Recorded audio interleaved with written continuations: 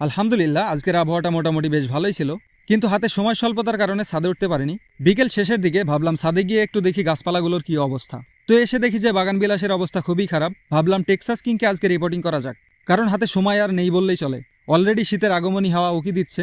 তো চলুন শুরু করা যাক। প্রথমত মাটির সাথে টবের সম্পর্কটা একটু আলাদা করে নিতে হবে, যাতে ভালোভাবে উঠে আসে। না, এভাবে হবে না, বাংলা ভাষায় একটু নাড়া দিলাম আর কি। যাই হোক, তো দেখুন পুরো রুট বাউন্ড হয়ে গেছে এবং উপরের মাটিগুলো অতিরিক্ত পানির কারণে শ্যাওলা জমে গিয়েছে। তো আমি চাকু নিয়ে আনতে ভুলে গেছিলাম, তাই হাত দিয়ে কিছু শিকড় ছিঁড়ে হালকা করে দিব।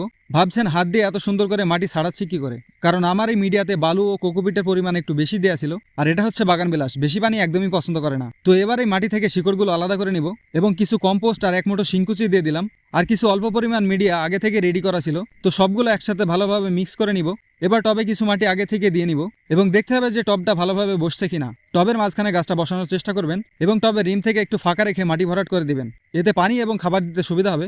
এরপর মাটিগুলো একটু চেপে দিবেন, তাহলেই হয়ে গেল রিপোর্টিং কমপ্লিট। রিপোর্টিং যখন করলাম, ভাবলাম এবার প্রুনিংটাও করে দেওয়া যাক। বেশি ফুল নিতে হলে অবশ্যই আপনাকে প্রুনিং করতে হবে, আর যদি একটা ভালো শেপ দিতে চান তাহলে তো মাস্ট প্রুনিং করতেই হবে।